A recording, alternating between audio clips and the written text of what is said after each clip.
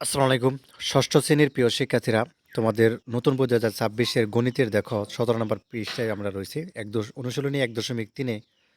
তো গত তৃতীয় পর্বে হচ্ছে আমরা দেখেছিলাম হচ্ছে তোমাদের এখানে ৮ পর্যন্ত দেখেছিলাম সমাধান। ঠিক আছে? তো এখানে হচ্ছে আমরা ৯ থেকে শুরু করব। তো এখানে খুব ভালোভাবে খেয়াল করবা। তো এখানে আমরা যেটি বলছে যে একটি লোহার পাত ও একটি তামার পাতের দৈর্ঘ্য যথাক্রমে হচ্ছে দৈর্ঘ্য তো আমরা বুঝি যেটা লম্বা আরকি। ঠিক আছে? ৬৭২ সেন্টিমিটার ও ৯৬০ সেন্টিমিটার। বুঝতে পারছো? এখানে একটি বিষয় সেটা হচ্ছে যে আহ, একটার অর্থাৎ প্রথমটা কি আছে লোহার পাত। তো লোহার পাতের দৈর্ঘ্যটা কত? ৬৭২। আচ্ছা, তামার পাতের দৈর্ঘ্যটা কত? ৯৬০ সেন্টিমিটার কিন্তু। আচ্ছা, পাত দুইটি থেকে কেটে নেওয়া একই মাপের সবচেয়ে বড় টুকরা দৈর্ঘ্য কত হবে? তো প্রত্যেক পাতের টুকরার সংখ্যা নির্ণয় করো। তো চলো এই ৯ নম্বর আনসারটা দেখি আমরা। আচ্ছা, তাহলে খেয়াল করো আমরা কি লিখব। তো এখানে পাত দুইটা অর্থাৎ কেটে নেওয়া একই মাপের সবচেয়ে বড় দৈর্ঘ্য হবে লোহার পাত। ঠিক আছে? তো লোহার পাতটা কেন হবে? ও তামার পাতের প্রদত্ত দৈর্ঘ্যের নির্ণয় গসাগু হবে। কীরকম? তুমি যেটা করবা প্রথমে দেখো, এই যে ৬৭২ আছে, এই ৬৭২ দিয়ে তুমি হচ্ছে ৯৬০কে ভাগ করবা। তাহলে ৬৭২ দিয়ে ৯০০ একবার যাচ্ছে, ৬৭২কে ৬৭২। আচ্ছা, এখানে ৯৬০ থেকে ৬৭২ বিয়োগ দাও, ২৮৮ থাকে। এই ২৮৮ দিয়ে দেন হচ্ছে তুমি ৬৭২কে আবার ভাগ দাও, দুইবার যাচ্ছে তাই না? ২৮৮ দুগুণে হচ্ছে ৫৭৬। ঠিক আছে, এবার বিয়োগ দাও, ৯৬ থাকে। এই ৯৬ দিয়ে তুমি হচ্ছে ২৮৮কে আবার ভাগ দাও। ঠিক আছে, তিনবার যাচ্ছে, ৩ ৯৬ ২৮৮। তাহলে আমরা কত পেলাম? ৯৬ পেলাম। এখানে বলছে যে ৬৭২ ও ৯৬০ এর গসাগু কত হবে? ৯৬। অর্থাৎ এখানে আমরা কি লিখবো? এখানে হচ্ছে আমরা লিখবো যে কেটে নেওয়া সবচেয়ে বড় টুকরার দৈর্ঘ্য ৯৬ সেন্টিমিটার, এবং সুতরাং লোহার পাতির টুকরার দৈর্ঘ্য আমরা কত লিখবো? উপরে লিখবো হচ্ছে ৬৭২ আর নিচে দিব হচ্ছে ৯৬। আচ্ছা, এটা ভাগ করলে আমাদের কত আসে? বা ৬০টি। ঠিক আছে, আবার তামার পাতের দৈর্ঘ্য কত হবে? উপরে দিব হচ্ছে ৯৬০ আর নিচে ৯৬ থাকবে। এটা ভাগ করলে আসবে হচ্ছে ৬০। ঠিক আছে, কাটাকাটি করলে। তো সবচেয়ে বড় টুকরা দৈর্ঘ্য হচ্ছে ৯৬ সেন্টিমিটার, লোহার পাত ৬০ টুকরা, আর তামার হচ্ছে ১০ টুকরা। ঠিক আছে? আচ্ছা, এরপর দেখো ১০ নম্বর একটি অঙ্ক দেওয়া আছে। তো এই ১০ নম্বর অঙ্কটা আমাদেরকে বলছে যে ৪ অঙ্কের ক্ষুদ্রতম। ৪ অঙ্কের ক্ষুদ্রতম মানে কি? আমি আগেই বলেছিলাম ১ দিয়ে ৩টা শূন্য। ঠিক আছে, ১ দিয়ে ৩টা শূন্য, এটা হচ্ছে ৪ অঙ্কের ক্ষুদ্রতম। এবং সংখ্যা আমাদের দেওয়া আছে এখানে অলরেডি। যেমন ১২ দেওয়া আছে, তারপরে ১৫, ২০ এবং ৩৫ চারটা দেওয়া আছে তাই না? এখানে দ্বারা নিঃশেষ বিভাজ্য। বিভাজ্য মানে কি? ভাগ। ঠিক আছে, নিঃশেষ বিভাজ্য ভাগ। তাহলে এখানে দেখো, এই সবগুলোকে হচ্ছে আমরা এখন কি করব? লসাগু বের করব। প্রথমে প্রদত্ত ভাজক আমাদের ১২, ১৫ এবং ২০, ৩৫ সবগুলোকে লসাগু বের করলে ২ দেওয়া যাচ্ছে। তো ৬ দুগুণে ১২ এবং ১৫, ১০ দুগুণে ২০ এবং ৩৫। আচ্ছা, পরে আবার ২ দেওয়া যাচ্ছে, ৩ দুগুণে ৬, ১৫, ৫ দুগুণে ১০। এরপর দেখো ৩ দেওয়া যাচ্ছে, ৩ একে ৩, ৩ পাঁচা ১৫ এবং কত?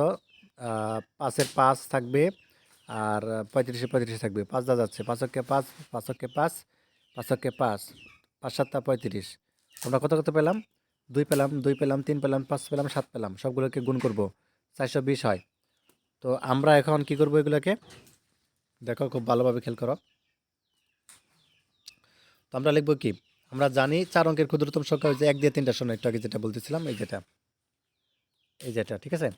তো সুতরাং ১২, ১৫ এবং ২০, ৩৫ দ্বারা নিঃশেষ বিভাজ্য ৪ অঙ্কের ক্ষুদ্রতম সংখ্যা নির্ণয়ের জন্য প্রথমে ৪২০ দ্বারা ১০০০কে ভাগ করতে হবে। ঠিক আছে? তাহলে ৪২০ দ্বারা হচ্ছে ১০০০কে ভাগ করো। তাহলে ২ বার যাচ্ছে, ৮০০, অর্থাৎ ৪২০ দুগুণে ৮৪০। এবার ১০০০ থেকে বিয়োগ দাও, ১৬০ থেকে। দেখা যাচ্ছে যে ১০০০ সংখ্যাটি ৪২০ দ্বারা বিভাজ্য নয়, মানে ভাগ যাচ্ছে না। এখানে বিভাজ্য সংখ্যাটি হবে ১০০০ হতে ১৬০ কম, মানে বিয়োগ দিতে হবে ১০০০ থেকে ১৬০ কম। অথবা ১০০০ হতে আমরা যদি বিয়োগ দিই, দেখো ৪২০ মাইনাস হচ্ছে ১৬০ বিয়োগ দিই, ২৬০-এর বেশি।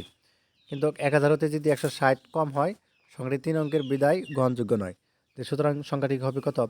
১০০০ প্লাস হচ্ছে ২৬০, তাহলে কত? ১২৬০। তো ৪ অঙ্কের ক্ষুদ্রতম সংখ্যা করতে হবে ১২৬০। ঠিক আছে, ৪টে অঙ্ক। এই যে ১, ২, ৬, ০। ঠিক আছে?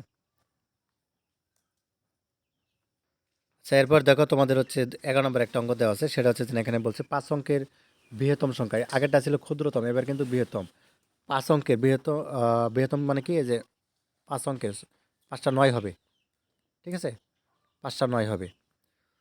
তো যা হোক, এখানে দেখো তোমাদের কি বলছে, যে 16, 24, 30, 36 দিয়ে ভাগ করলে প্রত্যেকের ভাগ শেষে আবার 10 থাকতে হবে বা হবে, এটা প্রশ্ন করছে।